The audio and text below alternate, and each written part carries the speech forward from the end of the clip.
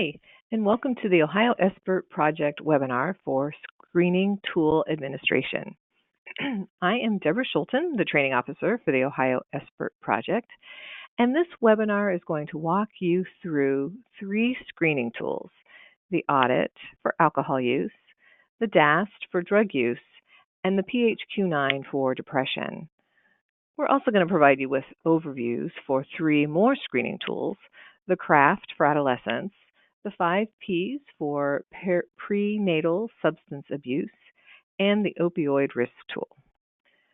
This training module includes guidance for scoring and interpreting the results.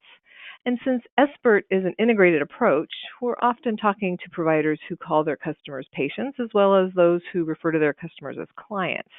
So throughout this webinar, I will interchangeably use the words patient and client. First, let me briefly tell you about SBIRT, which is the approach in which this screening process occurs. So SBIRT stands for Screening, Brief Intervention, and Referral to Treatment. It's a public health approach to universal screening and early intervention. The primary goals of SBIRT are to identify those who are at moderate or high risk for psychosocial or healthcare problems related to substance use, and to provide effective intervention. SBIRT integrates medical and behavioral health approaches, so it's ideal for primary care centers, emergency departments, student health centers, urgent cares, and other community settings. So I'm from the Ohio SBIRT Project. We're in the 5th year of a 5-year federal grant that was awarded by SAMHSA. Our goal is that every Ohioan who interacts with a medical or behavioral health professional will be appropriately screened and will receive the necessary intervention. So currently we provide face-to-face training. I should say currently as of this recording. This is spring 2018, and we will continue to provide face-to-face training through 2018. We provide this free of charge to agencies, organizations interested in implementing the SBIRT model with their clients and patients. So do feel free to contact us if you're within this time frame and you're interested in us adding your team to our calendar.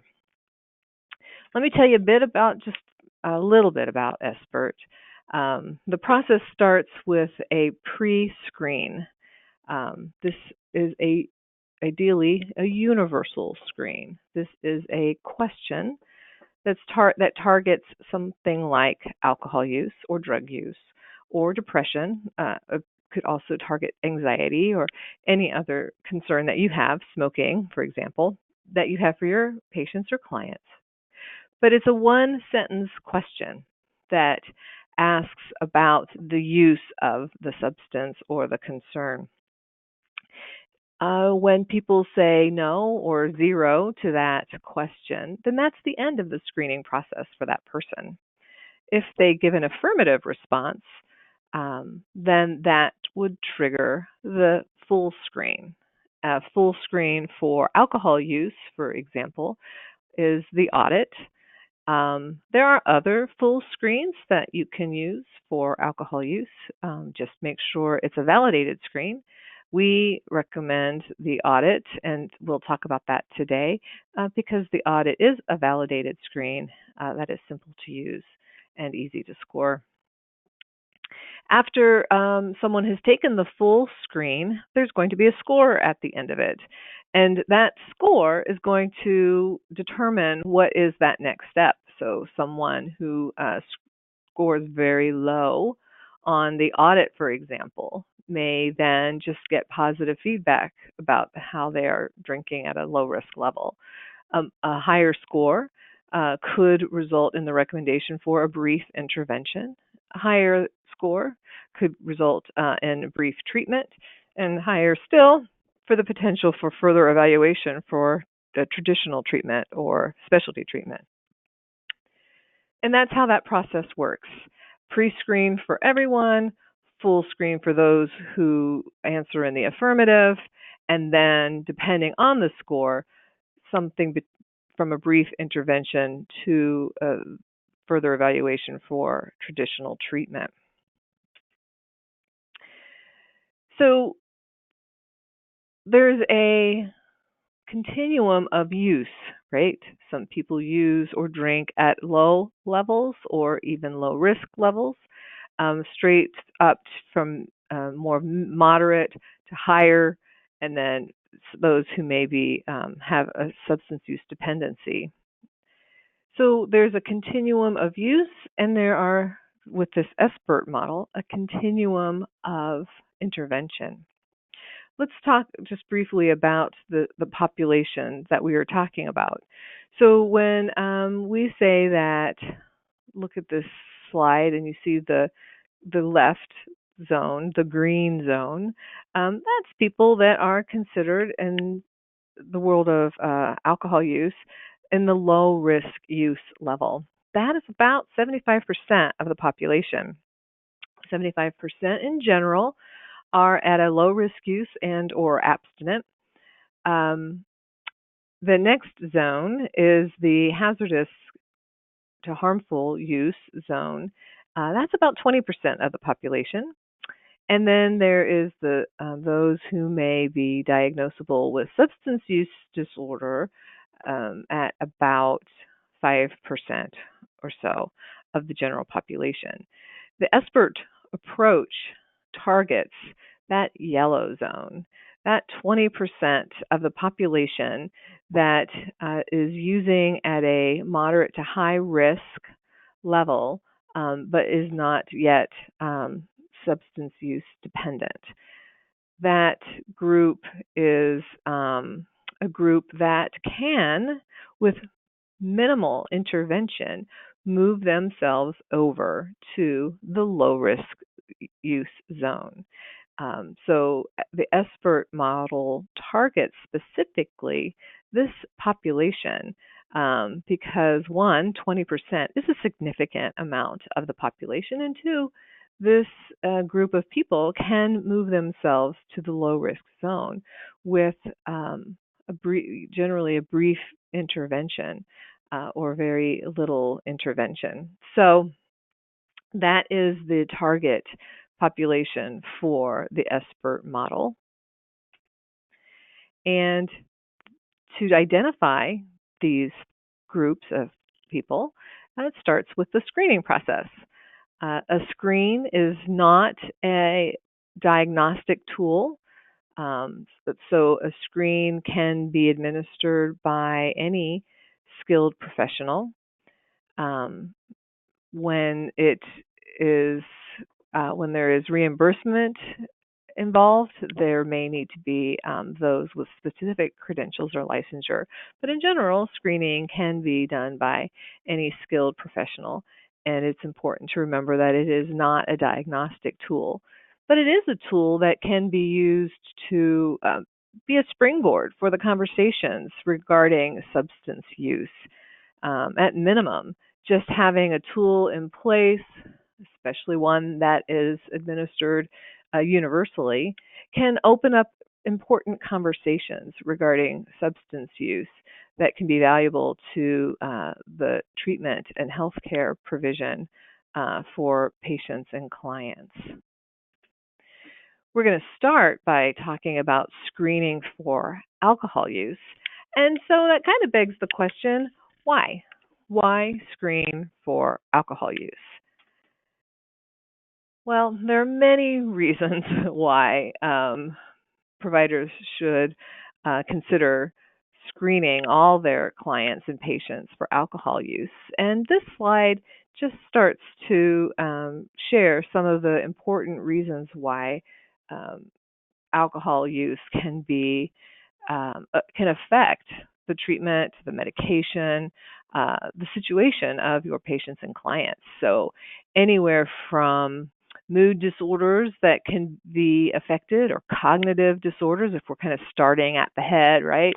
Cognitive issues, decisions, memory loss. And then if you just think of moving down the body, alcohol, those who drink alcohol have an increased risk of cancer of the throat and mouth. There can be more frequent colds, nutritional deficits, And then everybody, usually when I ask about the consequences of excessive drinking, most people, the first thing they say is liver damage. That is one issue that we as a society tend to be very aware of. So there's also issues related to pregnancy. Those, if a woman is pregnant and drinking at all, there can be birth defects, uh, premature birth, low birth weights, those kinds of things. There's also sexual issues, erectile dysfunction for men, STDs. Um, so this slide shows the many potential effects of risky drinking. And then, so not only the behavioral health and the medical issues, but then there's the psychosocial issues. So excessive drinking can result in failure to fulfill obligations, the ability to go to work, the ability to produce at work or school, um, the ability to provide for family, to pay bills, uh, to stay within legal, uh, the law. So there are many things that can result negatively due to risky drinking. So that is the why. Why screen clients and patients? Because alcohol coursing through the veins at an excessive level really can have negative effects and really can be related to um, reasons why your client or patient are having the concerns that have brought them to you. And they may not know it, and it may not be apparent that there is a relationship between why they're there and their alcohol use, but that there really may be a connection. So screening for alcohol use is a valuable way to provide a more holistic care for your clients and patients. When you start the screening process, the thing that really that must be known is if we're going to talk to people about how much they drink, we need to make sure we're speaking the same language about drinking. So if someone told you they tend to have 3 drinks, or they had 3 drinks yesterday, that starts to tell you a little bit about their drinking, but it doesn't really give you a complete picture about their drinking. Uh, so when you think of drinks, alcoholic drinks, what do you think your clients or patients are going to think a standard drink is? So if they say, I had 3 drinks, what are they talking about? Not only what kind of alcohol are they talking about, but how much are they talking about? So give it some thought. What do you think a standard drink size is, and compared to what do you think your clients or patients might think? Of course, there could be one and the same. Here's an example.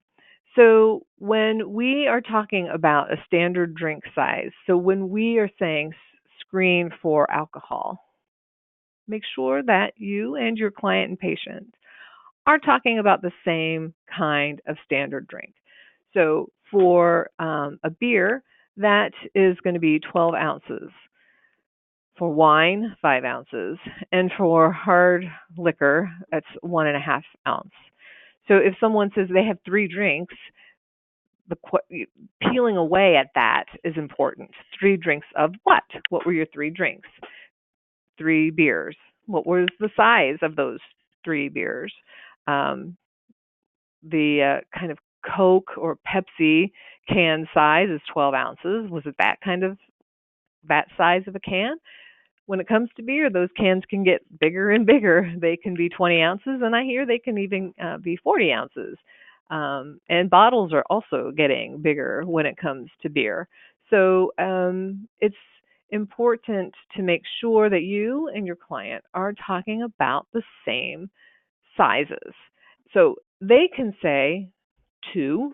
I have 2 beers daily. And when you pick away at it further, they say, "Oh, those are the 20-ounce cans." That's fine. You just need to do a little math. So 2 20-ounce cans is 40 ounces of beer. We mean 12 ounces for a standard drink, so that's going to be 3 drinks plus 4 ounces. So a little over 3 drinks. And that's just, now you're talking the same language. So it's important in the screening process to make sure you pick away a little at what they're talking about when they talk about what they're drinking and how the size of the drink. So that's an important part of the screening process. The next part then, if we now know what we mean by a standard drink size, the next question really is, well, then how much do we mean is low risk? So if we are saying there is a low risk level, what is that level? The National Institute of Alcohol Abuse and Alcoholism has defined the low risk level, and this is related to the effects of alcohol on the body, right? So think about it. Healthy men under 65, think about what you think might be the low risk drinking level for healthy men under 65. Think about what your clients or patients might think about that question. Same for women or men over 65. So the NIAAA defines low risk drinking for healthy men under 65 as no more than 4 drinks in a day and no more than 14 drinks total in a week. So a healthy man under 65 could drink 4 12-ounce beers on Thursday night and Friday night and Saturday night. That will be 12. If that's all he drinks, that man is drinking at a low risk level. If he was drinking 2 glasses of wine every day, 2 times 7, 14, he is both under the daily drink level and under the weekly drink level, and both must be true to remain at the low risk level.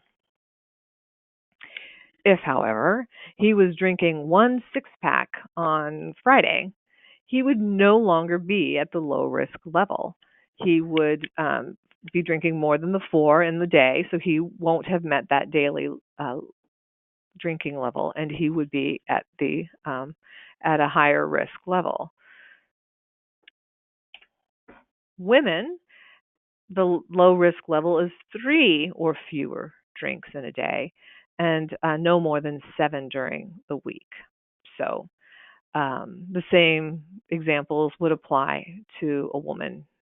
She could have 3 on Friday, 3 on Saturday, and have only had 6 in the week and stay under her daily. She's at a low risk. If she drank 2 glasses of wine every day, 7 days a week, she'd be at 14, and she would no longer be at a low risk level of drinking. So that actually is going to be the same for healthy men over 65. They have the same levels as healthy women. Those are the low risk drinking levels. That's what we're talking about. That's that green zone in the slide that we had earlier. The 75% or so of the population stay at that low risk level. To drink more is to move them up that continuum. So we now know the standard drink size, and we now know what the low risk drinking level is. So when it comes to the universal screening question for alcohol use, that question that determines whether we're going to do a full screen for the client or patient. And on this slide, you will see what that universal screening question is related to alcohol. How many times in the past year have you had, if you're talking to a man, 5 or more drinks in a day? If you're talking to a woman, 4 or more drinks in a day? That universal question If you'll notice those numbers, we said that it's okay, it's at a low risk level for a man to have 4 or more drinks in a day. So this universal question ups it to 5 because we do not want to identify those at a low risk level. So we up that number by 1 for both the man and the woman. So we're not getting those at the low risk drinking level. So this is the universal question for alcohol. And if someone answers 0, then that is the end of the screening process for the individual. If someone says 1 or more, then that will trigger the fuller screen. And in this case, the fuller screen is the audit, the Alcohol Use Disorders Identification Test. Again, there are other screening tools you may choose to use. Just make sure it's validated. The audit is it's 10 multiple choice questions. There's going to be 5 answers to each question. It can take less than 5 minutes to take. It's a valid and it's easy to score. It was developed in 1982 by the World Health Organization, and it can be administered orally. You can ask the questions to your client, or it can be administered as a questionnaire, whether that's electronically or good old-fashioned paper pencil. The audit is alcohol specific. It is not related to any other drugs. And it can be shortened with a skip. So if someone answers never to the first question, it's possible that would just end, that they would not need to complete the 10 questions.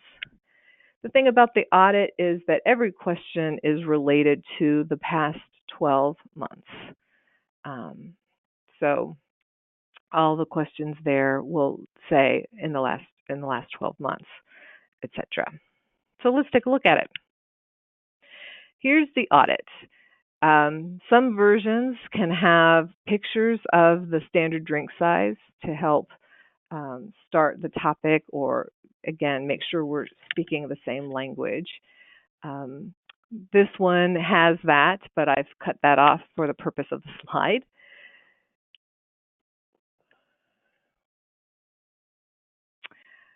What I want to do in having the conversation about the audit is show you, let's just have a really short bio so that we have someone in mind that we can be thinking about as we look through the audit. So briefly, let's say that Alicia is a 30-year-old woman who works really hard, and she spends her weekends going out with her friends. When she's out at the bar on Friday and Saturday, she has 2 or 3 mixed drinks. And then during the week, she goes to, we'll say, on Tuesdays to a book club and Thursdays to a cooking class, and both of which tends to include a few glasses of wine. Periodically, she comes to work late due to oversleeping. And during her past evaluation, her supervisor expressed some concern off the record about Alicia's drinking.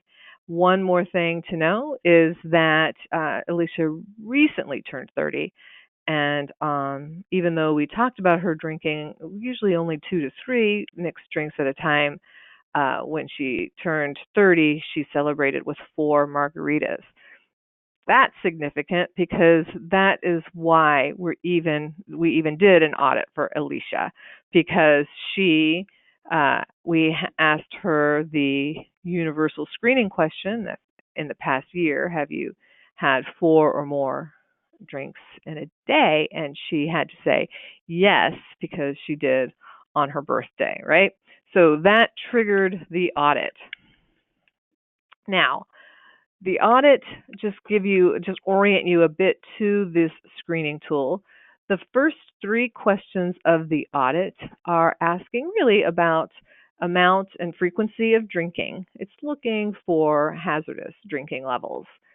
The second 3 questions are asking questions that really are getting at dependency, a physical dependency on alcohol. And the final 4 questions are really getting at negative consequences or harmful use. Does the individual experience harmful or negative consequences to drinking and yet continues to drink? Okay, so that's orienting you to the format of the audit. Now let's think of Alicia. First question, how often do you have a drink containing alcohol? We talked about her having drinking Friday and Saturday and probably Tuesday and Thursday, so that's going to be the 4 or more times a week response probably from Alicia. Next question, again, looking for quantity. How many drinks containing alcohol do you have on a typical day when you are drinking? So we mentioned 2 to 3, right? You'll see that the questions here would make someone like Alicia choose. She would have to go for that second category, the 3 to 4. How often do you have 4 or more drinks on one occasion? Well, she again only did it once. We happened to capture it here on her 30th birthday. She can't say never, but she is going to say less than monthly. And then the next 3 questions, remember, we'll be looking at dependency types of issues for Alicia in this case. How often during the last year have you found that you were not able to stop drinking once you'd started? So you think about Alicia, someone who's drinking, going to the bar a couple of times on the weekends, and then to maybe again the wine drinking during the week.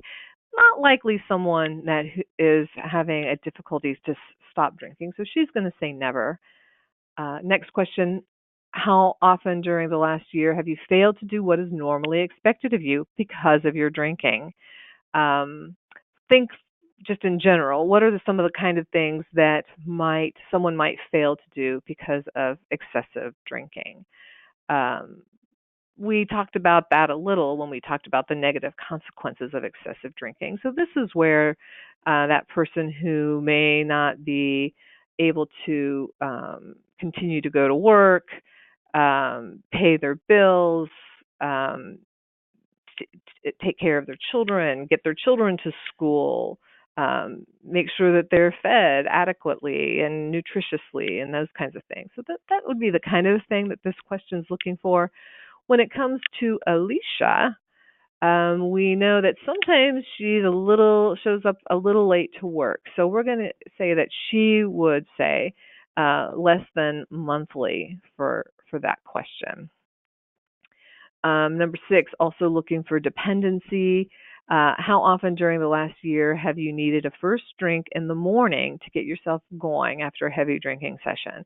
Well, of course, with Alicia, we've really gotten no indication that she's had to drink in the morning.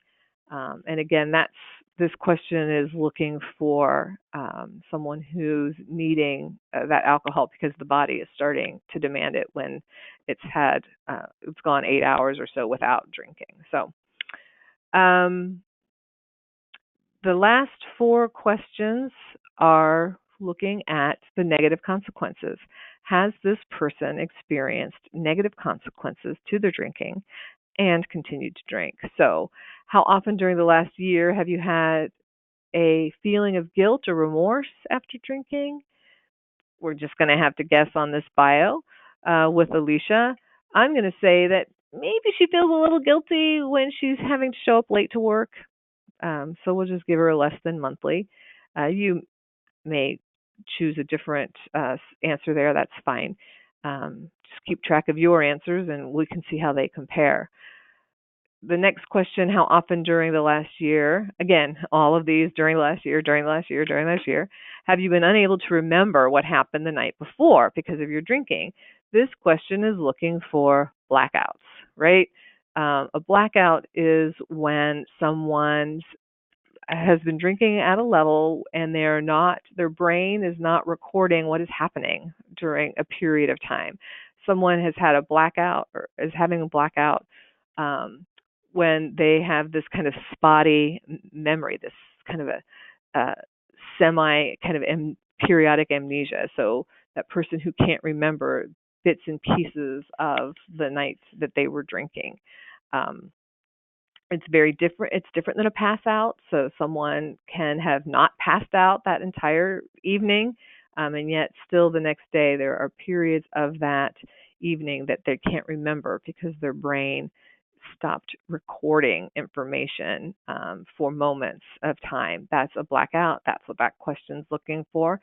We've got really no indication that Alicia has experienced blackouts, so we'll say never for her there. Um, 9, have you or someone else been injured because of your drinking? In the bio, we got no indication of that. And finally, has a relative, friend, doctor, or other healthcare worker been concerned about your drinking or suggested you cut down? She had an evaluation within the year, so we're going to say yes to that.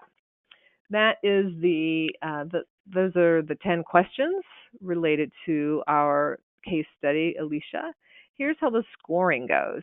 So you'll notice there's a 0 here.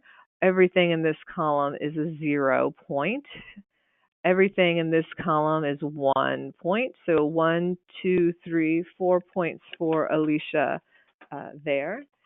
The next category, column is worth 2 points. She's did not land there. This one is worth 3 points. No answers there.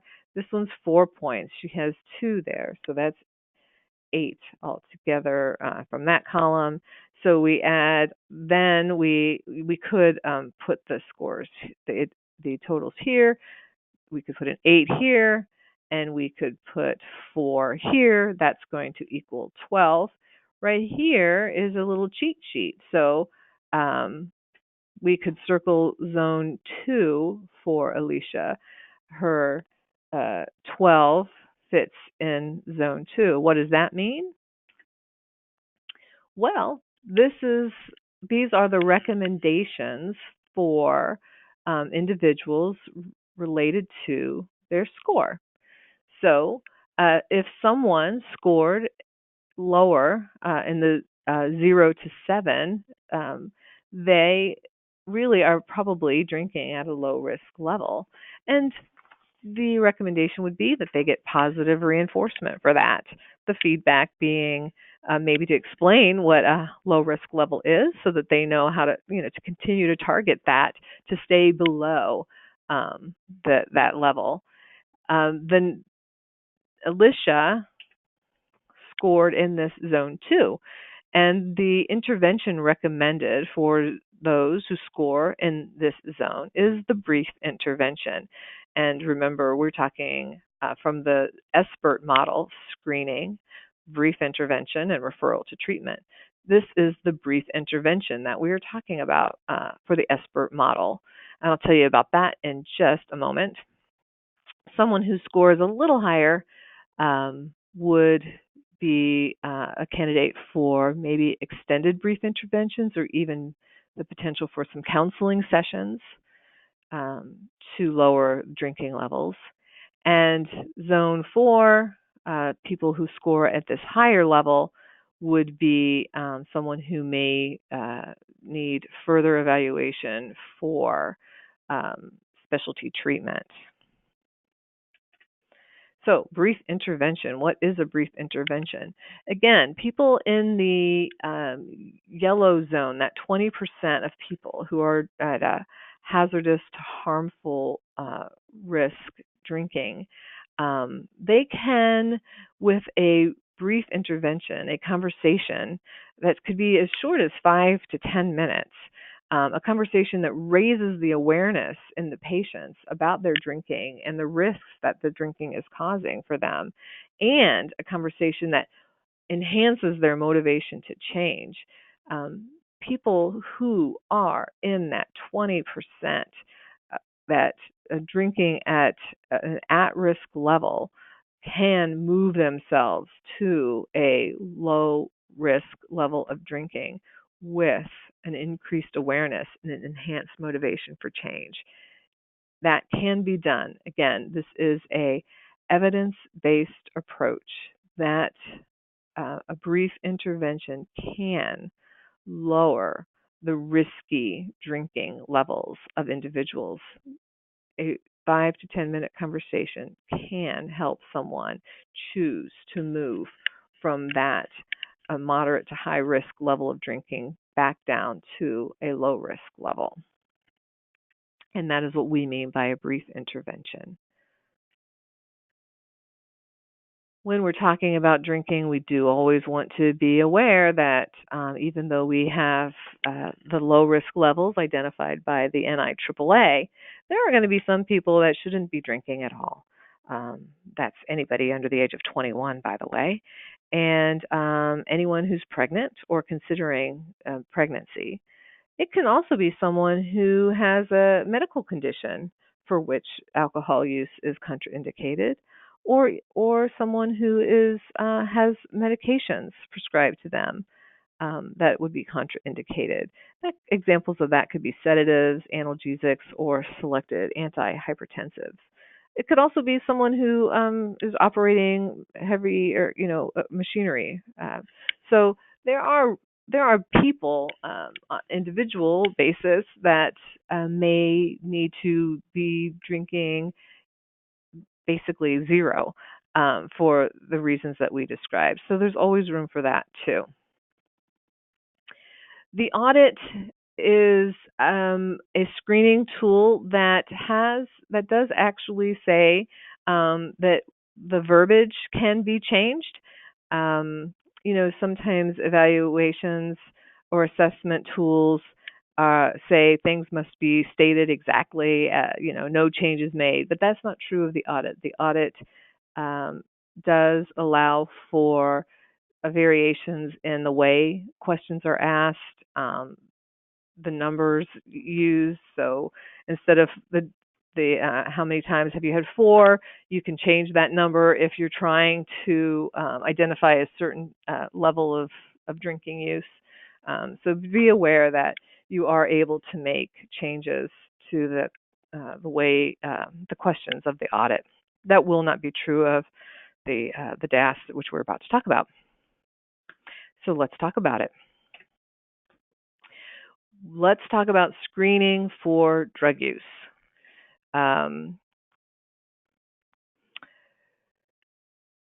Americans aged 12 or older, according to SAMHSA, the use of illicit drugs has increased over the last decade from 8.3% of the population to 10.2% in 2014. Of those, 7.1 million people met criteria for an illicit drug use disorder in the past year. So the misuse of prescription drugs is second only to marijuana as the nation's most common drug problem after alcohol and tobacco, leading to troubling increases in opioid overdoses in the past decade. That is according to SAMHSA's national survey. So the use of drugs is definitely something that it would benefit providers to be asking about of their clients and patients. And so just like there was a universal screening question for alcohol use, there is one for drug use as well. Now, you can ask this question differently, but let me tell you the elements of this question and why we came to this. So the question we recommend is, how many times in the past year have you used recreational drugs or prescription drugs other than how they were prescribed by your provider? An element that you'll want to probably keep in there is the how many times in the past year. Past year helps get at a pattern of use. You could change the recreational drugs. You could call it illegal drugs, street drugs, illicit drugs. We landed on recreational drugs because most people know what is meant by that term, and it's not as off-putting as illegal or illicit. And we definitely we include that element of the use of prescription drugs. As we know through the opioid epidemic, that this can very much be a part of someone's substance use problem. So the use of prescription drugs other than how they were prescribed by your provider. So there is room for you to make changes based on your population. But this is the question that we've landed on and recommend for the universal screening question that you ask, ideally, everyone at least annually. If they say 0, then that's the end of that screening process for drug use for that particular individual. If they say 1 or more times, that target or triggers the full screen. And in this case, we are talking about the full screen for drug use as the DAST, the Drug Abuse Screening Test. The DAST has also been around for a number of years, and it started out as a 28 item, and it also has versions of 20 items. The 10 item version is reliable and valid, and it contains 10 items. It is easy or quick to take, quick to score. These are just yes/no questions, and this is only related to drugs. The DAST in the preface will state clearly that this is not related to alcohol use. The scoring is easy. There's a little bit of a twist when it comes to the scoring, and I will share that with you when we get to that. As I mentioned, the DAST is reliable and valid. It is inexpensive and basically free. It's what else can I tell you about it? It also will be talking about the last 12 months, just like the audit did. So the DAST has a preface to it, and that preface mentions that the screening does not include alcohol or tobacco, that it's related to the past 12 months, and that when the words drug abuse are used, they mean the use of prescribed or over-the-counter medications in excess of the directions, or any non-medical use of drugs. So here are the 10 questions of the DAST. Again, these questions refer to the past 12 months, and the response is a simple yes or no. This is also looking for things like the quantity of use. It's looking for negative consequences, so that blackouts, or in this case also flashbacks being something that can be a reaction to a hallucinogen, and also the negative consequences like feeling guilty, those others, people in your life complaining about your use, neglecting your family, engaging in illegal activities. All of these obviously are negative consequences when you think of illegal activities of clients or patients. What might that include? That could be something like shoplifting. That could be sex trafficking. That could be theft, robbery. If anybody's writing checks anymore, it could be check fraud. So there are drug trafficking. There are many things that might be an illegal activity that someone engages in to help them continue with their drug use. There's also questions related to dependency. So, have you experienced withdrawal symptoms? Are you always able to stop using? These are questions along with this, the number 10. Have you had medical problems as a result? Of course, that might be more of a negative consequence depending on the medical problem. But the DAST is therefore getting at um, negative consequences, dependency, and a little bit about amount of use. So I told you there was going to be a little bit of a scoring twist.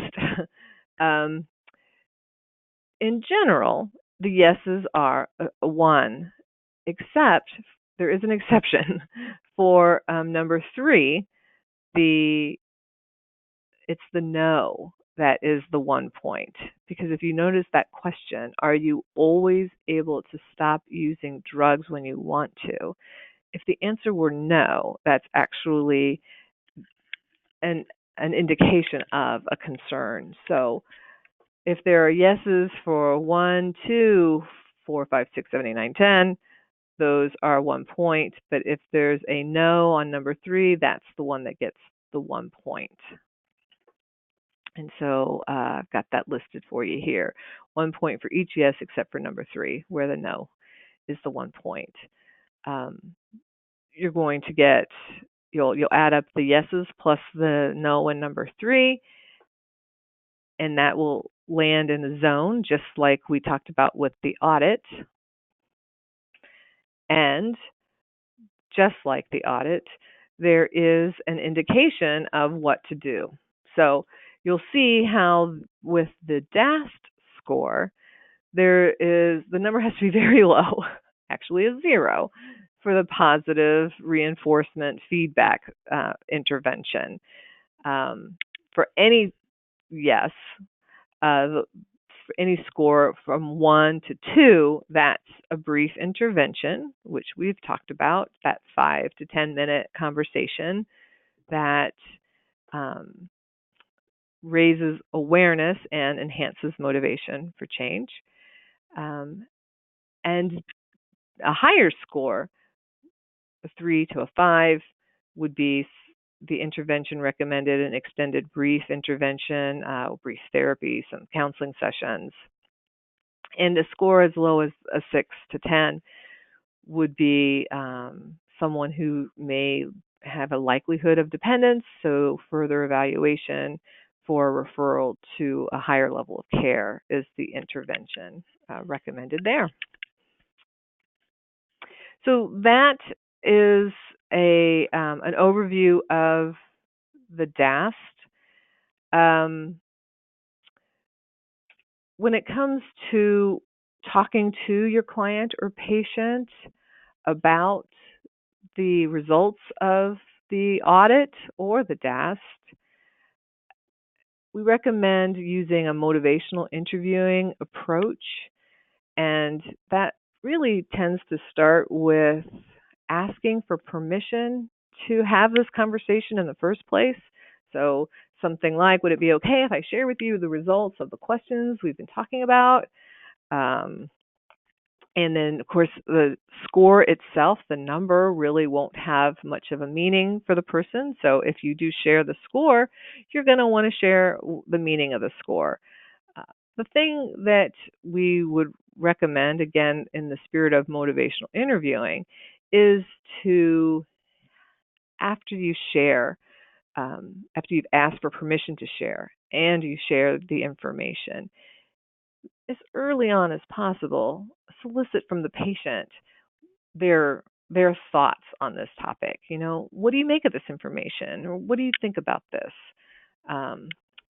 Let the patient or client begin to talk early on and share their thoughts about the information that you've given them before you share too much information. Another tip for administering the Audit or the DAST is to potentially try to incorporate it into other questions that's already being asked. So that universal question doesn't necessarily have to stand out alone. It can be a part of some of the other demographics that's being asked, which might make it have a smoother fit into the interview. And one other piece to share is if you're concerned about what we call discord, where maybe there's a little pushback from the client or patient, considering brushing up on motivational interviewing skills. And we have an online course through eBased Academy on that. And so we have a couple links for you here about motivational interviewing as well. So that is the Audit, the screen for alcohol use, and the DAST, the screen for drug use. I also told you we were going to talk about the PHQ-9, which is the screen for depression. Depression is one of the most prevalent and treatable mental disorders regularly seen by healthcare providers, and it is something that can affect your patients and clients and their health and their health care. So it can be beneficial to add this screening process into the universal screens that we've mentioned. If you choose to do a universal screening question for mood, here's one that we recommend. This is actually straight off the PHQ-9. This is, the question is, unlike the Audit and the DAST where they talked about the past year, when it comes to mood, the question is related to the past 2 weeks. So during the past 2 weeks, have you been bothered by feeling down, depressed, or hopeless? If the answer is no, that's the end of that screening process on that topic for that person. If the answer is yes, then that would trigger the PHQ-9. Here are the first 5 questions of the PHQ-9. Again, every question is related to the last 2 weeks. You'll see that there are potential for 4 questions for each, 4 responses for each question. And in this version, you'll see that there is a score in each box. So over the past 2 weeks, how often have you been bothered by little interest or pleasure in doing things? If they say not at all, that's a 0. If they say several days, that's a 1 point, 2 point for more than half the days, and nearly every day is going to be 3 points.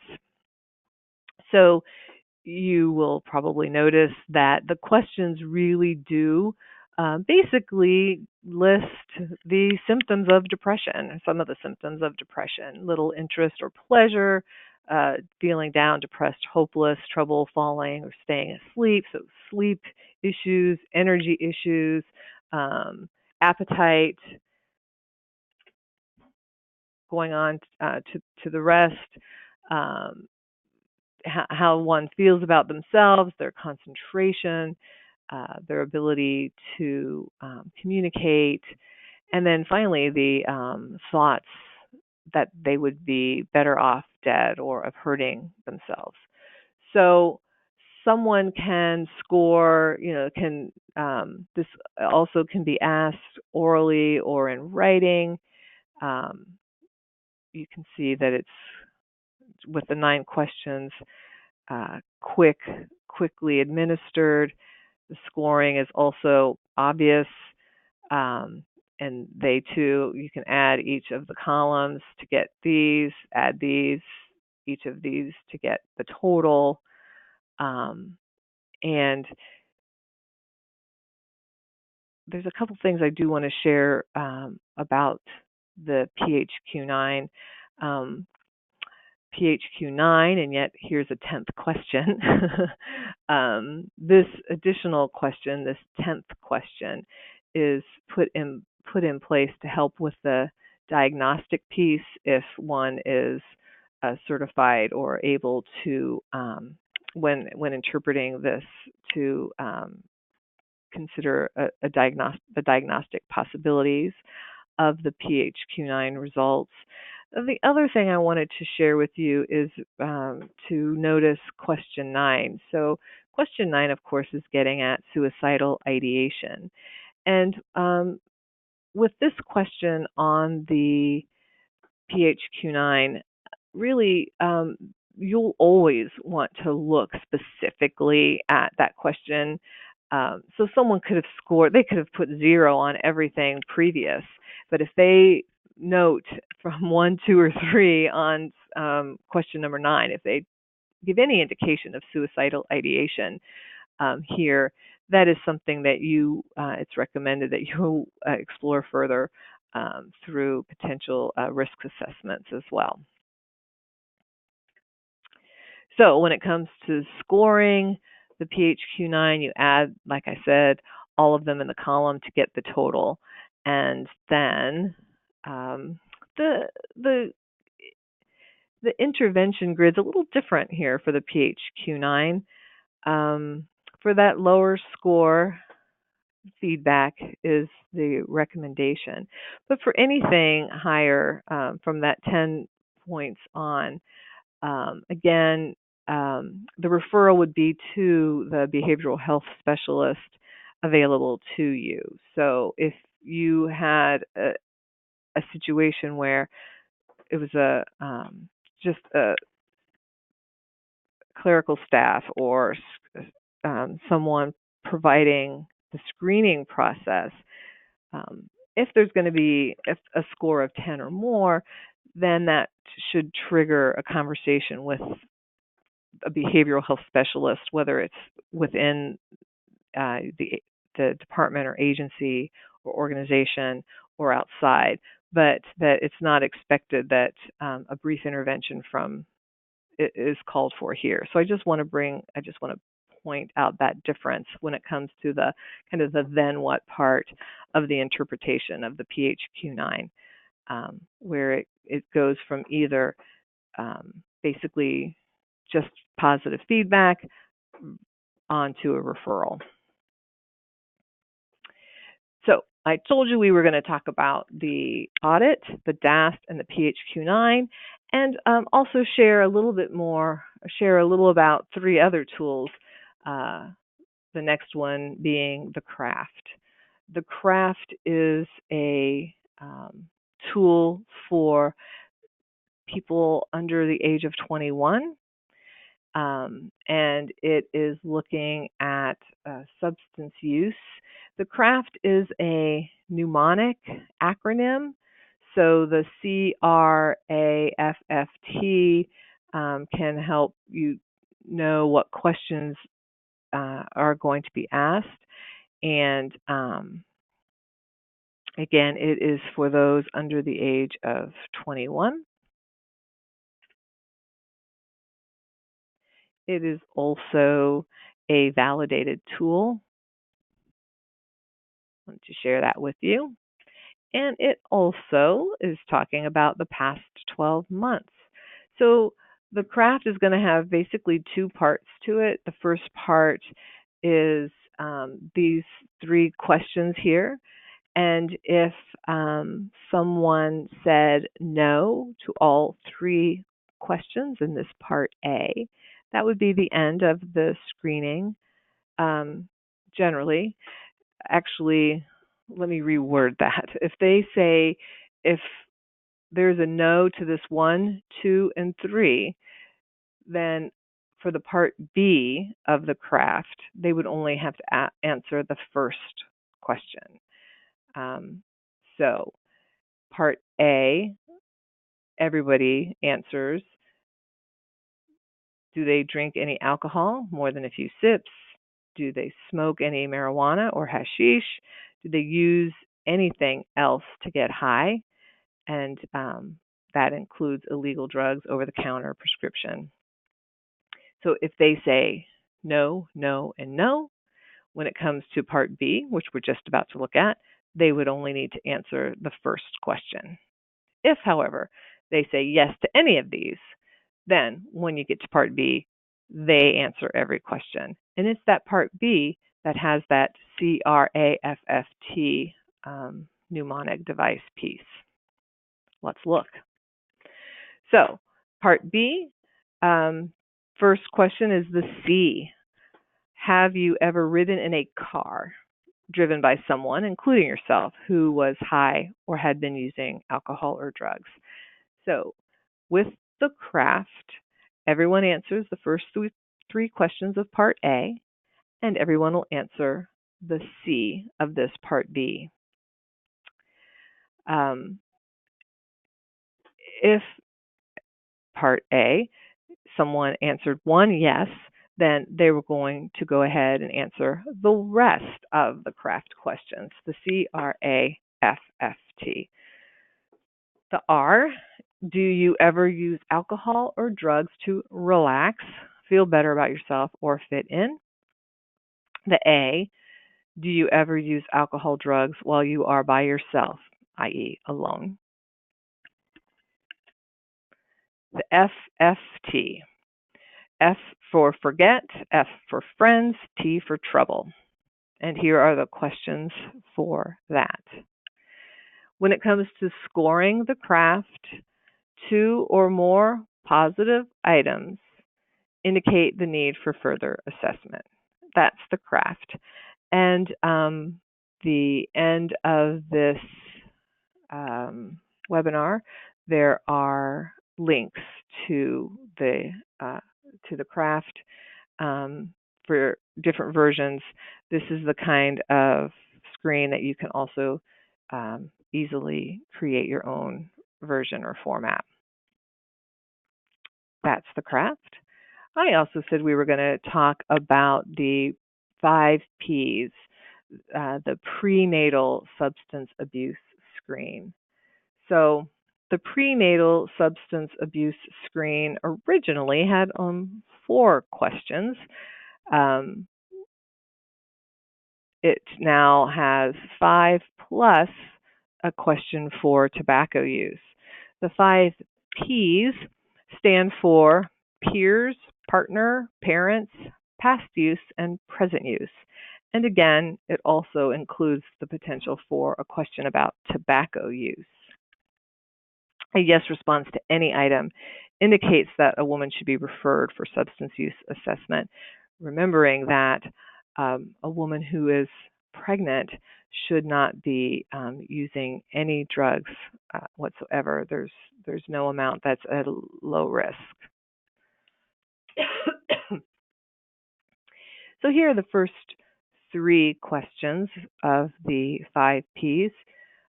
Again, parents, peers, and partner are the kind of that mnemonic device for this screen.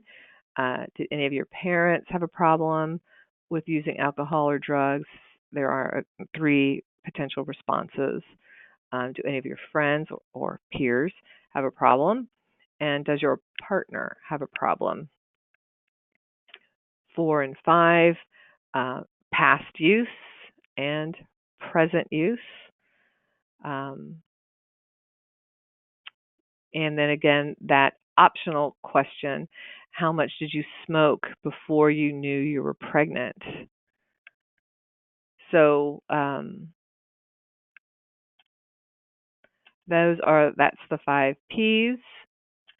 And I wanted to get back to the scoring piece. A yes response to any item indicates that the individual should be referred for a substance use assessment. So a yes response to any item. And that is the 5 Ps plus the optional smoking question. Finally, I told you we were going to talk about briefly the opioid risk tool, the ORT.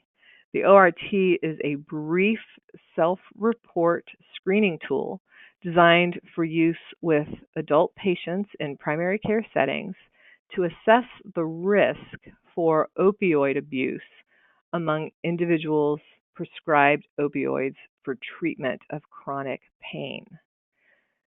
This tool should be administered to patients upon an initial visit prior to beginning opioid therapy for pain management. It can be administered and scored in less than a minute. A score of 3 or lower indicates low risk for future opioid abuse. A score of 4 to 7 indicates moderate risk for opioid abuse. And a score of 8 or higher indicates a high risk for opioid abuse.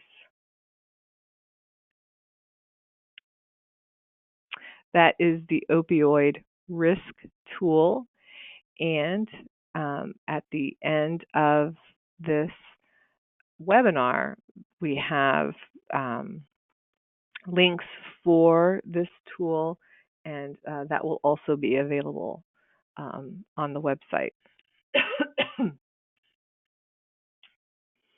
Also wanted to include briefly just some SBIRT implementation considerations, questions that if you're interested in implementing SBIRT at your site, these are the kinds of questions that you'll want to think through as you begin to put a process in place for SBIRT for beginning to screen with the potential for brief intervention and referral to treatment.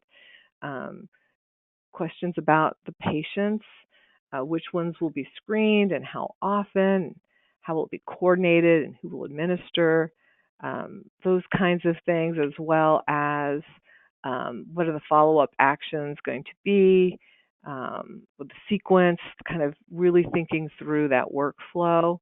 So here are some questions for you to consider when it comes to implementing screening, brief intervention, and referral to treatment model. We've also included sites, the SAMHSA site that includes some additional screening tools. Like I said, we've talked about the Audit, the DAS, the PHQ-9. Those are validated tools, but there are additional tools you may choose to use, and here's one place you can find them. We also wanted to make sure that you had some other resources available to you. The Navigator helps adults find alcohol treatment, and there are other links that we're going to have available to you for that as well. Here's a tool offered by SBIRT Oregon. They completed their 5-year grant, and one of the products free from that grant was they built a possible app for screening tools. And so here is where you can go and learn about how to customize that app for yourself. Again, there are resources available, many resources. This includes links for the screening tools, the guidelines, manuals for the Audit and the DAS and the PHQ-9, as well as the CRAFT, the opioid risk tool, the 5 Ps, and additional treatments. And that Find Treatment in Ohio, that last link there, is another way too for people to find treatment in Ohio. Also, additional training. We have a course, an SBIRT course on ebasedacademy.org, as well as a motivational interviewing course. And here are 2 other sites that offer free training and online. And then, of course, like I said, we here at the Ohio SBIRT Project offer some classroom face-to-face training on your site, And here's an email address to how to reach us. And here again are my contact information and the Ohio SBIRT project director, Ellen Oxberger's information. So that is the Screening Tool Administration webinar from the Ohio SBIRT project, and we will have these slides available so that you have access to the important links included. And I thank you very much for your interest in implementing SBIRT and using screening tools to help improve the healthcare provision for Ohioans related to substance use. Thank you for your time.